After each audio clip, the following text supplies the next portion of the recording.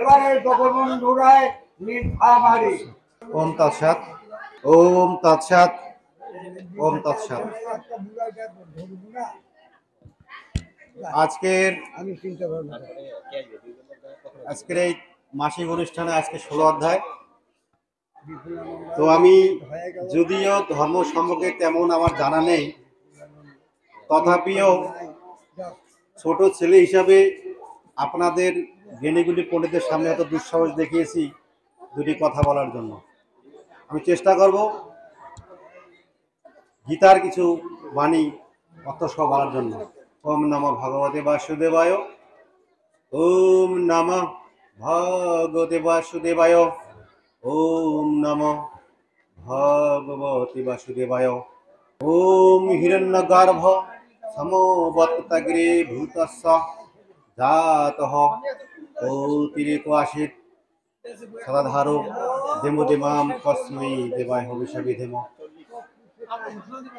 যিনি স্বপ্রকাশ স্বরূপ ও যিনি প্রকাশময়, সূর্য চন্দ্রাদি পদার্থ উৎপন্ন করিয়া যিনি ধারণ করিয়া আছেন, যিনি সম্পূর্ণ সৃষ্টি জগতে কুসিদ্ধ স্বামী একই চৈতন্যরূপ ছিলেন, তিনি এই সূর্য চন্দ্রাদি ধারণ করিয়া আছেন। আমরা সেই সুখস্বরূপ শুদ্ধ পরমাত্মার জন্য করণীয় যোগ অভ্যাস ও গভীর প্রেমের সহিত বিশেষভাবে ভক্তি করিতে থাকিব। শুধু মাতৃমণ্ডলী, আজকের 16 অধ্যায়ের দৈবাসুর সম্পদ যোগ। দৈবাসুর সম্পদ যোগটা কি? মানুষের শরীরের অভ্যন্তরে এবং বাহিরে দৈব এবং অসুর দুই ভাব চলিতেছে। কখনো দৈব ভাব, কখনো অসুর ভাব। অর্থাৎ যখন কোনো দৈবভাবের উদয় হয় নাই, অসুর ভাবেরও প্রকাশ হয় নাই, এই উভয়ের ভাবে কোনো ভাবই নাই, অর্থাৎ ভাবরহিত অবস্থা। এই ভাবরহিত অবস্থায় দৈবাসুর সম্পদ যোগ, এবং ওই বিগত ভাবরূপ অবস্থার নামই যোগ। শুধু সমাজ, আমি চেষ্টা করব, এর পূর্বে আপনারা অনেক দৈবাসুর সম্পদ বিভাগ যোগের কথা শুনেছেন। আমি সময় কম, আমি বেশি কিছু বলবো না। ভগবান গীতায় বলেছেন 7 নম্বর শ্লোক, প্রবৃত্তিম চ নিবৃত্তিম জানানো বিদু আসুরাহ ন শোচনপি চ আসার সত্যম তেষু বিদ্যতে। যাহারা অসুর স্বভাবের, তাহারা ধর্ম অধর্ম কি তারা জানে না, তাহাদের মধ্যে সদাচার বা সত্য কোনো কিছু থাকে না। যাহারা অসুর স্বভাবের, তাহাদের মধ্যে ধর্ম অধর্ম কি তারা জানে না, তাহাদের মধ্যে পবিত্রতা ও সদাচার বা সত্য কোনো কিছু থাকে না। তারা জানে যে জগতের ধর্ম বলে কোনো কিছু নাই, এই নারী পুরুষের মিলনের ফলে ইহা সৃষ্টি হইয়াছে। দম্ভ কাম কোনো লোভ নিয়ে সর্বদা যারা জীবনযাপন করে, এবং এসব করার ফলে তারা আরো অধমজনিতে প্রাপ্ত হয়। নম্বর 18 নম্বর শ্লোকে বলা আছে, অহংকার বলম দর্পম কামম ক্রোধম চ সঙ্গে শ্রিতাহা মা মাত্রপদেশু প্রদেবী সন্ত অবশ্যই কাহা। অর্থাৎ এখানে বলা আছে, বল দর্প অহংকারকে আশ্রয় করিয়া যে ব্যক্তি কাম ও ক্রোধের বশে আমাকে, অর্থাৎ নিজ দেহ এবং পর দেহকে হিংসা করে, সে আমারও নিন্দা করিয়া থাকে। কি বলছে?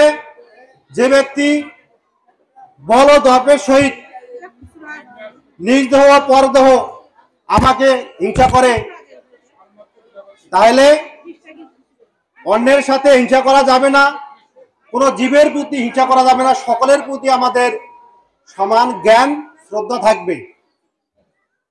এখানে ভগবান বলছে অন্যের সাথে হিংসা করা মানে আমার প্রতি সে ঘৃণার ভাব জন্ম দিল। অন্যের সাথে হিংসা করা যাবে না। শুধু মাতৃমণ্ডলী,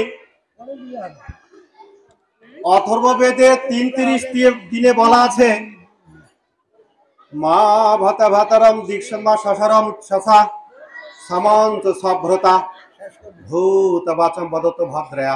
অর্থাৎ ভাই ভাইকে দেশ করিবে না, ভগ্নী ভগ্নীকে দেশ করিবে না। তোমরা সকলে সমমতাবলম্বী ও কর্মাবলম্বী হইয়া সমভাবে বার্তালাপ করো।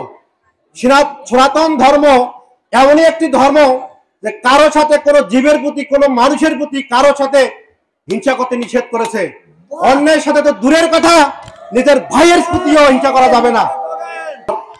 22 এতই বিমুক্ত কন্তেয় তমদারো ত্রিবি নরহ আশ্রতি আত্মন শ্রেয় তত ইয়াতি ততিম। অর্থাৎ এখানে বলেছে কাম করার লোক এই 3টি নরকের দ্বার, ইয়া হইতে যিনি মুক্ত, তিনি যদি নানা মঙ্গলজনক কর্ম করেন তাহলে তিনি পরম গতি লাভ করেন। কি বলছে? কাম করো লোককে ত্যাগ করতে হবে। এখানে কান্তজি মন্দিরে এমন কোন জ্ঞানী গুণী পণ্ডিত আছে কি যে কাম করো লোককে ত্যাগ করতে পারছে?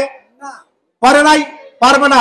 এই 3টাকে নিয়েই আমাদের সাধন করতে হবে। কাম করো লোককে পূর্ণাঙ্গ ভাবে ত্যাগ করা যাবে না। কাম করে লোককে নিয়েই সাধন ভজন ঈশ্বরের ধ্যান পূজা করতে হবে। কিভাবে? কামকে আপনি কিভাবে ত্যাগ করবেন? এই ভোগের মাধ্যমে ত্যাগ করতে হবে। লোভকে কিভাবে ত্যাগ করবেন?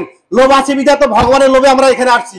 অতএব ভগবত প্রতি লোভ থাকতে হবে, ভগবানের প্রতি লোভ থাকতে হবে, কোন বাহ্যিক জগতে ধন উপার্জন করার জন্য নয়। ঠিক আছে?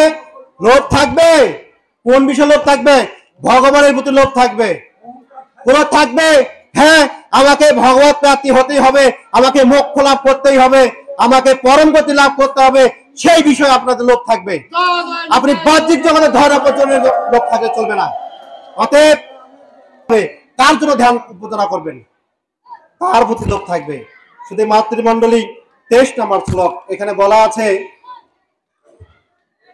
ইয়া শাস্ত্রবিধি উৎসর্গে বর্ততে কাম করতঃ ন স সিদ্ধি অবনতি ন সুকম ন পরম গতিম।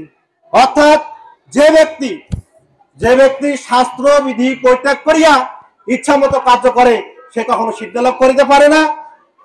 যে ব্যক্তি শাস্ত্র বিধি পরিত্যাগ করিয়া ইচ্ছা মতো কার্য করে সে কখনো সিদ্ধি লাভ করিতে পারে না। তাহলে শাস্ত্র বিধিটা কি? শাস্ত্র কি আমরা কি জানি? বেদ, উপনিষদ, গীতা, পুরাণে বিভিন্ন শাস্ত্র। এখানে গীতায় বলা আছে শ্বাস প্রশ্বাস যে অস্ত্র ইয়াই শাস্ত্র। শ্বাস প্রশ্বাস যে অস্ত্র ইয়াই শাস্ত্র। সাধক মুনি ঋষিরা বেদ, পুরাণ, উপনিষদে সেইটা লিপিবদ্ধ করছে। সেই শ্বাস অস্ত্রকে কিভাবে পরিচালনা করব সেটা আপনার আমার মানুষের জন্য, সেই কলা কৌশল শেখার জন্য বিভিন্ন শাস্ত্র তারা লিপিবদ্ধ করেছে। কিন্তু এই শাস্ত্ররা কে যিনি শাসন করেন? আপনার শরীরে আমার শরীরে কে শাসন করেন? একমাত্র প্রাণ, বায়ু, আত্মা।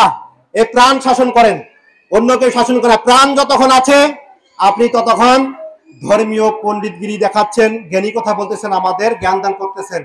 শাস্ত্র বলছে এই শ্বাস বিবর্ত বিলাসে আসে, সহজে যায়, সহজের সন্ধান কেহ না পায়। সহজের সন্ধান জানে যে 3 লোকের ঠাকুর সে। তাহলে এই যে সহজে আসে সহজে যায়, এই প্রাণ বায়ু সাধনা করতে হবে।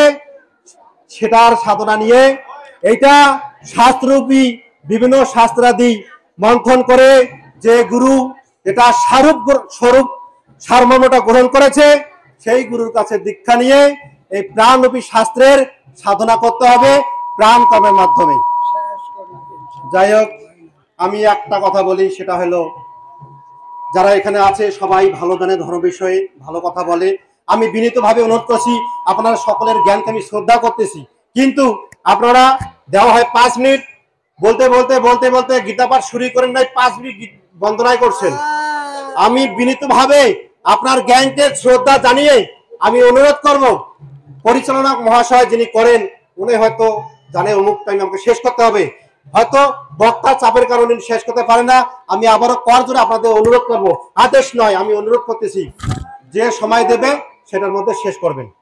আমি তো অনেক কথা আমার বলা ছিল, কিন্তু সময়ের অভাব বলতে পারছি, আরো অনেক জ্ঞানী গুণী পণ্ডিত উপস্থিত হয়েছেন। আমি সকলকে, সবাই সুস্বাস্থ্য কামনা করুক, ঈশ্বরের পথে ধাবিত হোক, নিশ্চিন্ত নিরাপদে থাকুক, এই কামনায় আমি আমার সংক্ষিপ্ত বক্তব্য শেষ করলাম। সবাইকে নমস্কার। ধন্যবাদ।